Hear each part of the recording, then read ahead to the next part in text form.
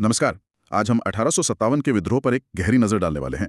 कहते हैं शुरुआत तो एक अफवाह से हुई थी, एक राइफल की कहानी। हाँ, दिसंबर 1856 में आई थी वो नई एनफील्ड राइफल। अच्छा। और उसके कारतूस।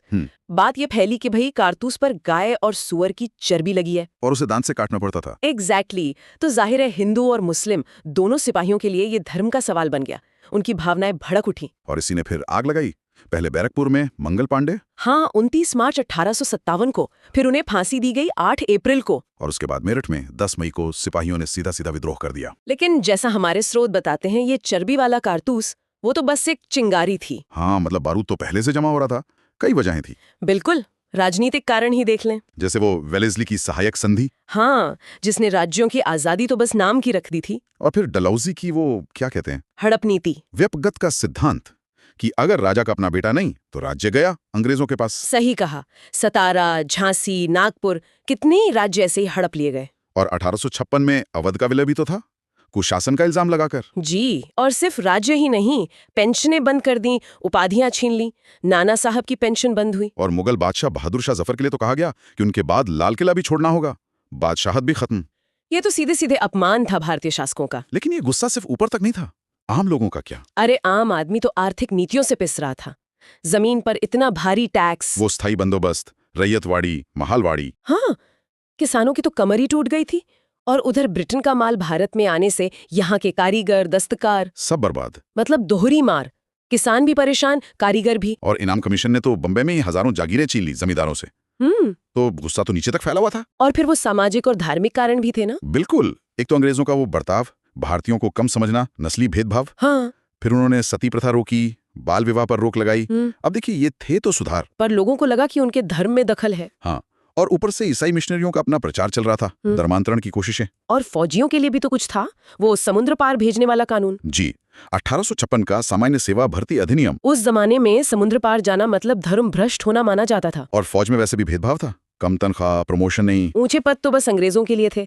फिर वो धार्मिक चिन्हों पर रोक, तिलक, दाढ़ी, पगड़ी। अरे हाँ, और वो चिट्ठी वाली बात, 1854 में डाकघर अधिनियम से मुफ्त डाक सेवा भी बंद कर दी। तो आप सोचिए, हर तरफ से दबाव था, गुस्सा बढ़ रहा था। इसीलिए जब मेरठ में बगावत हुई तो आग की तरफ फैली। हाँ, दिल्ली, कानपुर, लखनऊ, बरेली, झांसी, बिहार में आरा तक ये इलाके मुख्य केंद्र बन गए, ज्यादातर उत्तर और मध्य भारत में। और हर जगह नेता भी अलग अलग उभरे। बिल्कुल। दिल्ली में कहने को बहादुर शाह जफर, पर असली कमान जनरल बख्त खान के हाथ में। कानपुर में नाना साहब, लखनऊ में बेगम हजरत महल, झांसी में रानी लक्ष्मीबाई। बिहार में कुंवर सिंह का नाम बहुत आता है। हाँ, और बरेली में खान बहादुर खान, फैजाबाद में मौलवी अहमदुल्ला, एक नाम और है शाहमल का, बागपत से। हाँ, उनका जिक्र है। वो कोई राजा नहीं थे। नहीं, आम जाट किसान थे। उन्होंने 84 गांवों को एकजुट किया अंग्रेजों के खिलाफ। ये दिखाता है कि ये सिर्फ राजाओं की लड़ाई नहीं थी, आम जन भी जुड़े थे। लेकिन अंग्रेजों ने इसे दबा दिया, काफी सख्ती से। बहुत बेरहमी से। जॉन निकलसन, हडसन दिल्ली में थे, कॉलिन कैम्बल कानपुर, लखनऊ में, ह्यूरोज झांसी में।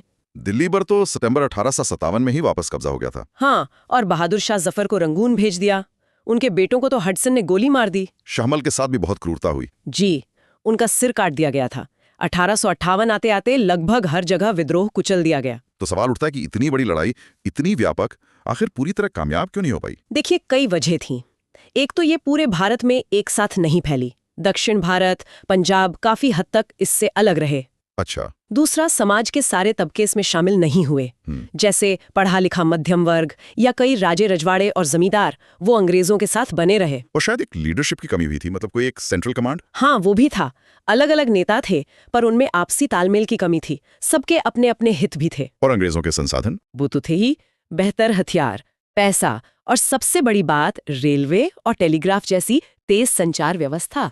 लेकिन फिर भी इसे पूरी तरह फेलियर तो नहीं कह सकते। इसके बाद बदलाव तो बहुत बड़े हुए। बिल्कुल नहीं। सबसे बड़ा नतीजा तो यही था कि ईस्ट इंडिया कंपनी का राज खत्म हो गया और भारत सीधे ब्रिटिश क्राउन के अंडर आ गया। जी, 1858 का एक्ट आया, महारानी विक्टोरिया का शासन, गवर्नर जनरल बन गया वायसराय। सेना में भी बदलाव हुए। हाँ, फौज को फिर से ऑर्गेनाइज किया गया, भारतीय सैनिकों का अनुपात कम किया, यूरोपियन सैनिक बढ़ाए गए, और अंग्रेजों ने वादा किया कि अब वो धार्मिक मामलों में दखल नहीं देंगे। तो ये जो बहस चलती है कि ये सिपाही विद्रोह था या पहला स्वतंत्रता संग्राम, हमारे स्रोत तो यही इशारा करते हैं कि ये शुरू भले सिपाहियों ने किया हो, पर इसमें आम लोगों की भागीदारी बहुत थी। किसान, कारीगर, जमींदार, अलग अलग समुदाय, सबके अपने कारण थे, पर दुश्मन एक था, अंग्रेजी हुकूमत। सही कहा। तो इसे सिर्फ सिपाही विद्रोह कहना शायद ठीक नहीं होगा, ये उससे कहीं ज्यादा बड़ा और गहरा था। तो कुल मिलाकर 1857 का विद्रोह सिर्फ चर्बी वाले कारतूस की कहानी नहीं है।